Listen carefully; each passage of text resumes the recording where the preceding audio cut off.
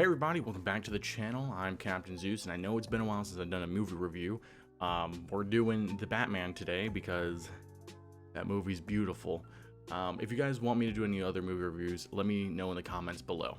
Alright, now, spoiler warning for anyone that has not seen the movie. I will definitely give you guys some spoilers, alright? Now, first up is the cons about what I didn't like about this movie. The cons were really kind of like the blackwashing of the characters, with Zoe Kratz as Catwoman and Jim Gordon. I forgot the actor's name, but also with Jim Gordon. I was skeptical at first, but I decided to give them a benefit of the doubt on that. Jim Gordon, the guy that plays him, did a pretty good job. I like the actor personally. I still don't think they should have went with him, but he was still a pretty good choice, and he still did pretty well as Jim Gordon.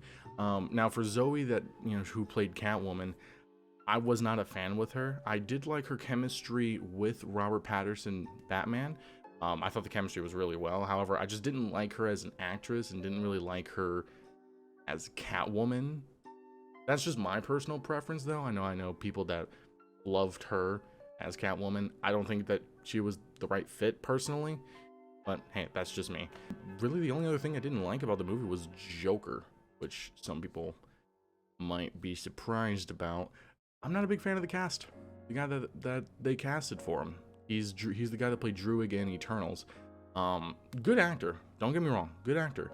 But I don't like him as the Joker. One, I don't think they should be doing the Joker in this series, trilogy, whatever they're gonna do. I think they should leave him alone, or at least leave him till like towards the end.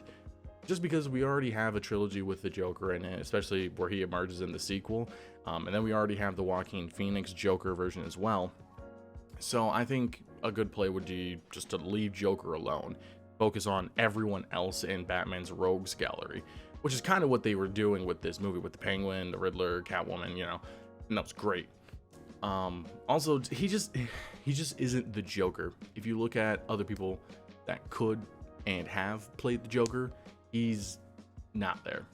Definitely not there. Heck, the guy from Gotham is a way better Joker than this guy. Nothing against either of them. Great actors, both of them. But that's just me. What I did like about the movie was literally everything else. The soundtrack was beautiful. I listened to that soundtrack on loop daily. It is so freaking good. The composition was just great. Everything about the Batman theme was great. The action scenes was beautiful. There was, you know how like in a lot of like Marvel movies there's a ton of CGI? There was like little to no CGI in this. I know they did, I think if I'm not mistaken, they did the method of what the Mandalorian did with the visual effects, which made it look a lot more realistic, obviously. And the stunts were just great. Like the car chase scene was freaking phenomenal. The Batmobile was, at first I was a little skeptical about it, but looked freaking great once it was shown. Like, it's intimidating. It's intimidating, just to say that much. So the Riddler, the casting for everyone else was great. Colin Farrell as Penguin was surprisingly great. I was kind of on the edge about him being the Penguin until I saw him in all that freaking prosthetics. But man, he did it. He did a great job. And the guy that plays Riddler was phenomenal. The way of him being the Zodiac killer, essentially, like their version of it, was just great. Everything about him was great. I kind of wish we would have saw more of him as Edward, or as Enigma, instead of as Riddler. But I mean, I'm fine either way. And then one thing some people might not really notice or agree with was I like that Batman lost, because if you think about it, everything went according to Riddler's plan. He got arrested because he wanted to get arrested. Like, it wasn't because of some fluke. He didn't mess up that entire time. Everything went according to his plan. The only thing that he didn't count on was Batman staying there and talking to him. The bombs still went off like he planned. The city still flooded like he planned. And technically, the mayor-elect got shot like he planned. Didn't die, but, Batman lost in that movie, and we don't really see that happen a lot. I mean, the only other time we saw was probably like in Bane, or in The Dark Knight Rises with Bane, but even so, he still came back and won. But this one, he lost, and kind of, we can tell he's growing from it. And like another thing that talking about growth was how he started off in the movie as Vengeance, and now he's the Batman. It was a good character development of him going from just beating people to a pulp to beating people to a pulp as Batman. You know what I'm saying? But I mean, I can go so in depth on everything I loved about this movie, from the casting, from the soundtrack, obviously, action, the story. Everything was great. It was a 3-hour movie, almost 3-hour movie, but you didn't really notice. Like, it went by so fast. Like, a lot of movies that are this long, typically, it feels dragged out. It feels like something is like, okay, you can take this whole 20 minutes out and the movie would have been fine. Now, everything in there had a purpose, and that purpose was fulfilled, and it was great. I give this movie definitely a 10 out of 10. People say it's better than Dark Knight, and I 100% agree that it is better than The Dark Knight. Now, The Dark Knight is great. Don't get me wrong, but this is it's like this, like that. That's how I do it.